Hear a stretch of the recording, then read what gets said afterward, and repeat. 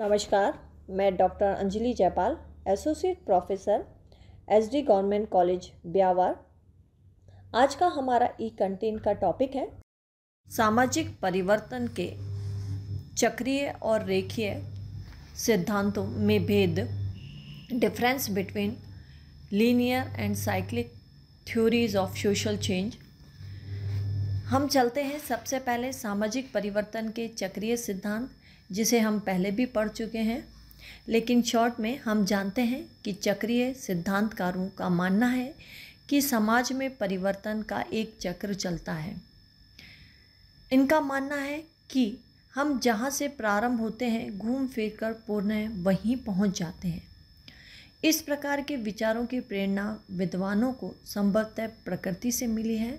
जैसा कि हम देखते हैं, दिन होता है, दिन के बाद रात होती है, यह चक्र ऐसे ही चलता रहता है। बिल्कुल ठीक इसी तरह से ऋतुओं का भी एक चक्र चलता है। परिवर्तन के इस चक्र को कई विद्वानों ने समाज पर भी लागू किया और कहा कि परिवार, समाज, सभ्यताएं उत्थान और पतन के चक्र से गुजरते हैं। ये चक्र हमें सामाजिक परिवर्तन के बारे में जानकारी देता है। चक्रीय सिद्धांतकारों में स्पेंगलर, टाइनबी, पैरेटो, सरोकिन आदि प्रमुख रहे हैं। स्पेंगलर ने अपनी book the decline of west में सामाजिक परिवर्तन का सिद्धांत दिया। इनका मानना है कि मानव की सभ्यताएं और संस्कृति भी उत्थान, पतन, निर्माण, विनाश आदि के चक्र से गुजरी है और जिससे कि मानव शरीर जन्म, विकास और मृत्यु के चक्र को प्राप्त करता है। बिल्कुल ठीक इसी तरह से विश्व की विभिन्न सभ्यताएं भी चक्र के रूप में उत्थान और पतन से गुजरी है। अगला जो चक्रीय परिवर्तन का सिद्धांत टाइनबी ने बताया था, उनके सिद्धांत को हम चक्रीय परिवर्तन के चुनौती एवं प्रत्युत्तर का सिद्धांत कहते हैं। अर्थात इनका मानना है कि प्रत्येक सभ्यताओं के सामने प्रकृति और मानव द्वारा चुनौतियां दी जाती हैं। जब व्यक्ति इनके अनुकूल करता है तो उनकी आवश्यकताओं की पूर्ति होती है और जो इन चुनौतियों का सफलतापूर्वक सामना नहीं कर पाते हैं उनका पतन हो जाता है। तीसरा जो सिद्धांत पैरेटो का था, उनके अनुसार इन्होंने अपने सिद्धांत को अभिजात वर्ग के परिभ्रमण का सिद्धांत दिया। अर्थात उन्होंने कहा कि समाज में दो तरह के वर्ग हैं, उच्च और निम्न। सदैव इन दोनों में परिवर्तन पाया जाता है। इस प्रकार से सामाजिक संरचना में परिवर्तन होता रहता है। अगला सिद्धांत सरोकिन का था। उन्होंने भी अपने सिद्धांत में बताया कि संस्कृति में लगातार परिवर्तन होता रहता है और ये परिवर्तन उतार चढ़ाव के रूप में घड़ी के पेंडुलम की तरह होता है। इस प्रकार चक्रीय परिवर्तन के बाद हमने देखा रेखीय सिद्धांत। सामाजिक परिवर्तन के रेखीय सिद्धांत उद्विकासवादियों से प्रभावित थे। वे इस मत को नहीं मानते थे कि परिवर्तन चक्रीय गति से होता है, वरन उनका मत है कि परिवर्तन सदैव एक सीधी रेखा में नीचे से ऊपर की ओर विभिन्न चरणों में होता है। उद्विकासीय एवं रेखीय सिद्धांतकारों में कॉम्टे, स्पेंसर, हॉबहाउस आदि प्रमुख थे। कॉम्टे समाज के उद्विकास रूप को 3 स्तरों में, धार्मिक से वैज्ञानिक, स्पेंगलर 4 स्तरों में, शिकारी से औद्योगिक तक, तथा मार्क्स 5 स्तरों में, आदिम साम्यवादी से आधुनिक साम्यवादी तक के रूप में मानते हैं। मार्क्स व वेबलिन सामाजिक परिवर्तन के रेखीय क्रम को प्रस्तुत करते हैं, किंतु ये दोनों ही आर्थिक और प्रौद्योगिक कारकों को अधिक महत्व देते हैं। अतः इस प्रकार से ये सभी रेखीय और उद्विकासीय सिद्धांतों के प्रणेता हैं।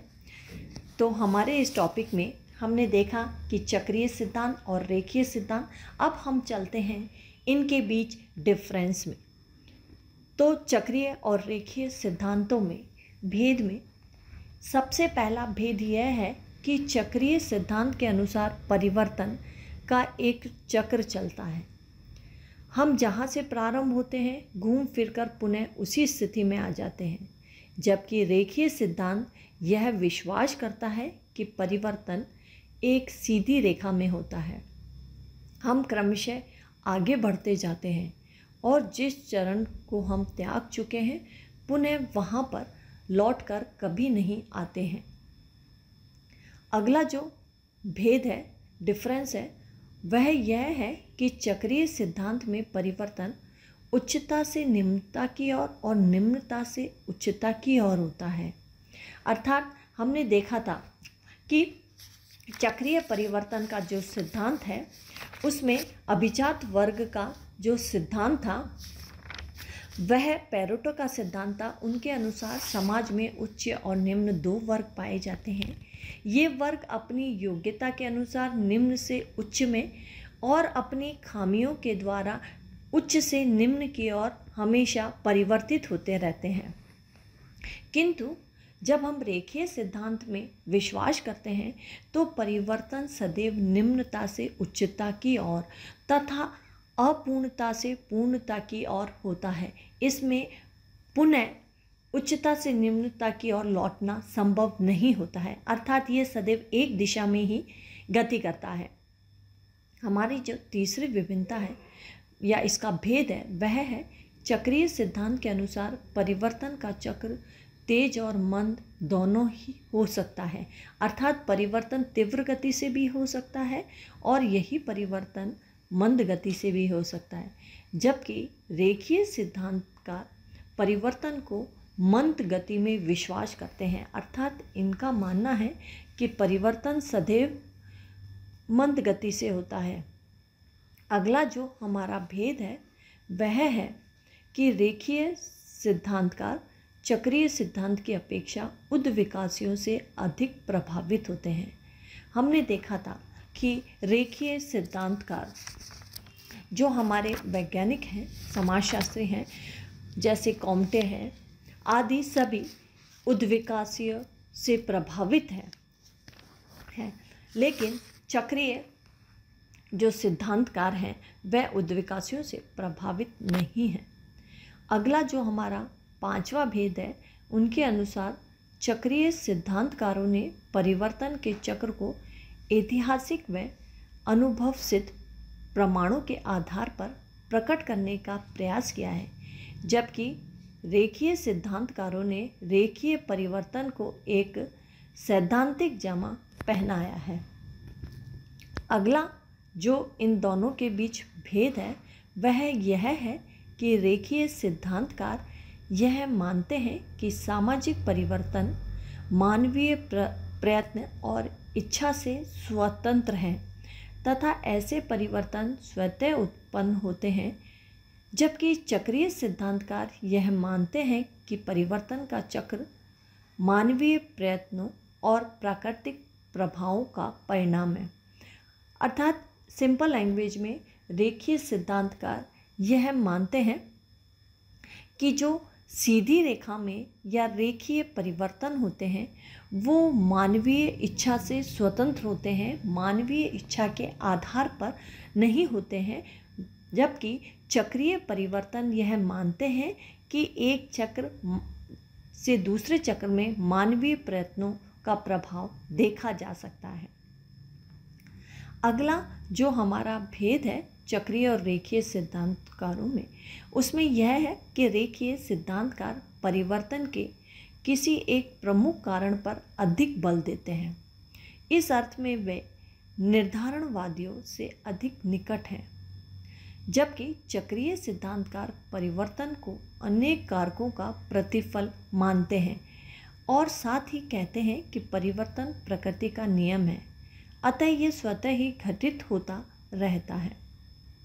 अगला जो हमारा भेद है चक्रीय और रेखीय सिद्धांतों में वह यह है कि रेखीय सिद्धांतकार यह मानते हैं कि परिवर्तन के चरण और क्रम विश्व के सभी समाजों में एक समान रहा है, जैसे शिकारी अवस्था, पशुपालन अवस्था, कृषि अवस्था और औद्योगिक अवस्था सभी समाजों में आती है। अर्थात हम इसी नियमित चरण से गुजरे हैं। पहले शिकारी अवस्था आई है, फिर पशुपालन अवस्था आई है, फिर कृषि अवस्था की ओर हम गए और फिर औद्योगिक अवस्था में। यह सभी समाजों में इसी समान चक्र रहा है।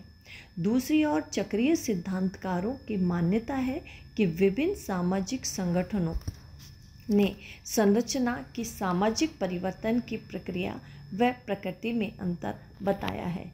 इस प्रकार से आज हमने ई कंटेंट में चक्रीय और रेखीय सिद्धांतों में भेद के बारे में जाना। धन्यवाद।